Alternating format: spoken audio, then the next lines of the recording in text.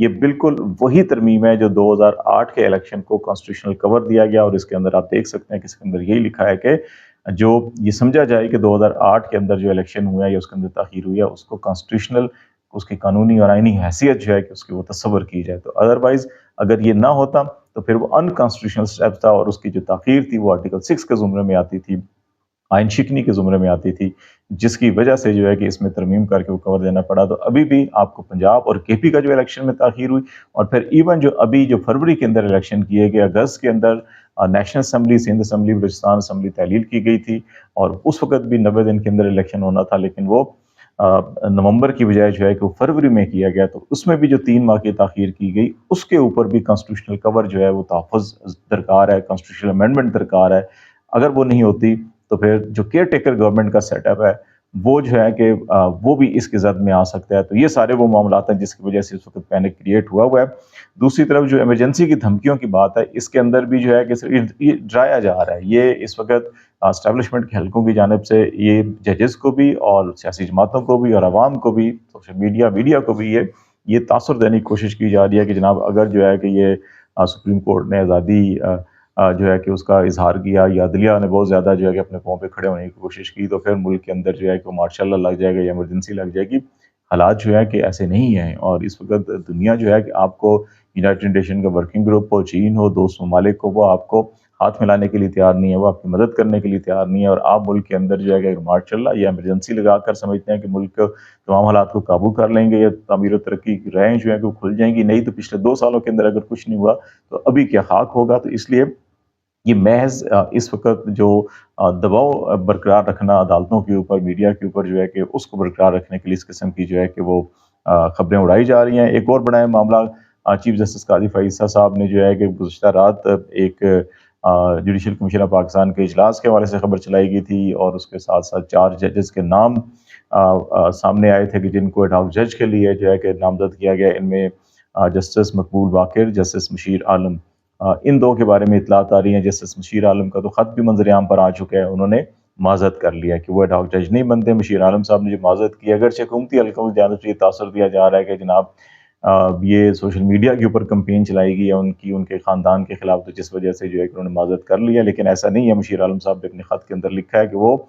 جب Sindh high court کے جج تھے، اور 2007 میں آپ کو معلوم ہے جنرل پرویز مشرف نے ایمرجنسی لگائی تھی، متعدد ججوں نے پی سی او کے تحت حلف نہیں اٹھایا تھا تو ان کو گھر بھیج دیا گیا تھا، تو یہ بھی ان میں شامل تھے. لیکن بعد میں یہ بحال ہوئے، chief justice Sindh high court بنے، سپریم کورٹ میں بھی آئے. تو اس وقت سے انہوں نے ایک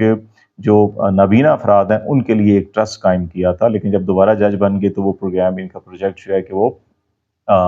سلو ہو گیا، رک گیا. اب جب ریٹائرمنٹ کے بعد وہ پنڈی کیپ کے اندر انہوں نے یہ ٹرسٹ قائم کیا ہوا ہے، تو انہوں نے کہا جی کہ میں اس کے اندر مصروف ہوں، تو اس لیے جو ہے کہ آپ کی بڑی مہربانی میں نہیں آ سکتا. مقبول باقر صاحب نگران وزیر اعلیٰ سندھ رہے ہیں، پیپلز پارٹی کے بڑے قریب، زرداری صاحب کے بڑے قریب سمجھے جاتے ہیں، تو ان کے بارے میں بھی اطلاعات ہیں.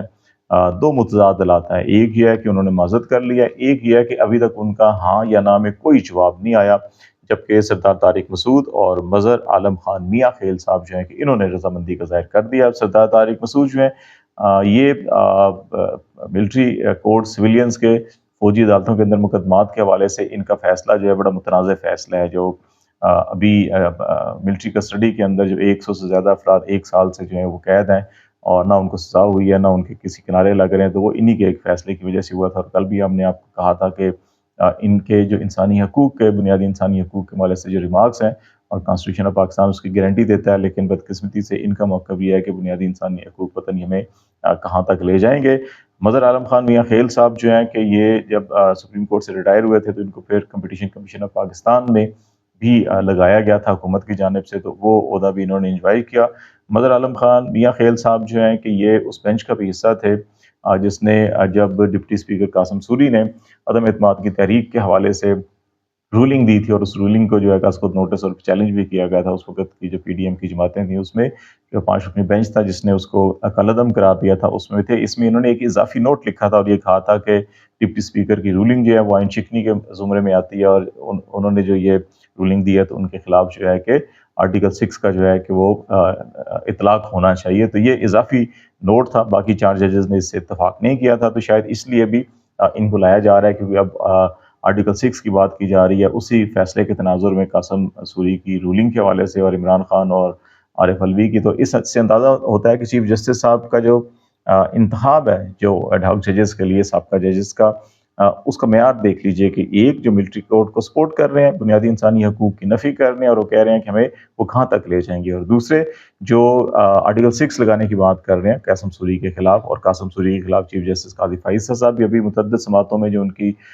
جو اسٹے آرڈر تھا اور جس کی بنیاد کے اوپر وہ اسمبلی کے ممبر بھی رہے، ڈپٹی اسپیکر بھی رہے، اس حوالے سے جو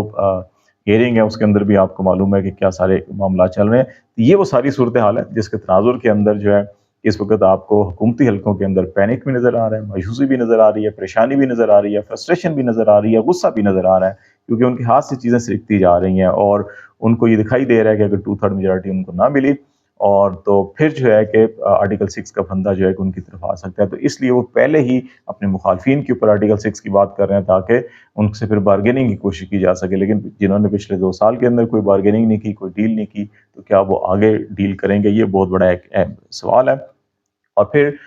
ایک یہ جو الیکشن کمیشن کو ڈائریکشن دی تھی سپریم کورٹ آف پاکستان نے مخصوص نشستوں کے حوالے سے، الیکشن کمیشن نے اپنا اجلاس جو ہے کہ وہ ابھی بلا لیا ہے، اس کے اندر وہ تمام جائزہ لیں گے اس فیصلے کا. اور غالباً الیکشن کمیشن جو ہے کہ وہ اس فیصلے پہ ممکن ہے کہ اس 8 رکنی بینچ یا 13 رکنی بینچ کے پاس کچھ مزید وضاحت کے لیے، تشریح کے لیے معاملہ لے جائے تاکہ ٹائم گین کیا جائے. لیکن پاکستان تحریک انصاف کے تمام ارکان نے ان کو ایفیڈیوٹ دے دیے ہیں، وہ الیکشن کمیشن جمع کروائیں گے. ان کا مطالبہ ہوگا کہ نوٹیفیکیشن جاری کیا جائے. الیکشن کمیشن جتنا بھی ٹائم حاصل کر سکا وہ حاصل کرے گا، کیونکہ اس کو پیچھے سے ڈائریکشن یہی دی گئی ہیں جو الیکشن کمیشن کو تمام کے تمام لوگ کنٹرول کر رہے ہیں. انہوں نے کہا کہ آپ زیادہ سے زیادہ ٹائم حاصل کریں اور اس کو ڈیلے کرنے کی کوشش کریں، اس پہ عمل نہ کرنے کی کوشش کریں.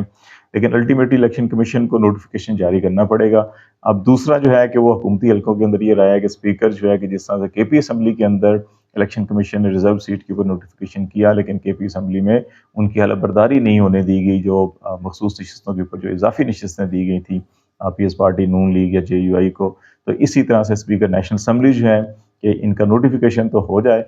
لیکن ان کا وہاں پہ جو پارلیمانی سٹیٹس ہے اس حوالے سے جو ہے کہ جو وہاں پہ نوٹیفیکیشن ہے اس کے اوپر جو بیٹھ جائیں، کیونکہ حلف برداری تو ان تمام ارکان کی ہو چکی ہے. اب یہ ممبر تو ہیں، اگر الیکشن کمیشن جو ہے کہ ان کو تحریک انصاف کا کینڈیڈیٹ ڈکلیئر کر دیتا ہے تو پارلیمانی پارٹی میں وہاں پہ ہو گئے، تو وہاں پہ اسپیکر کیا کر سکتے ہیں؟ یہ ابھی اس کے اندر بہت سے اف اینڈ بٹس ہیں. تو لیٹس سی، دیکھتے ہیں کیا ڈیولپمنٹ ہوتی ہے. آج تک یہ اتنا ہی. خالد جمیل کو اجازت دیجیے. اللہ حافظ.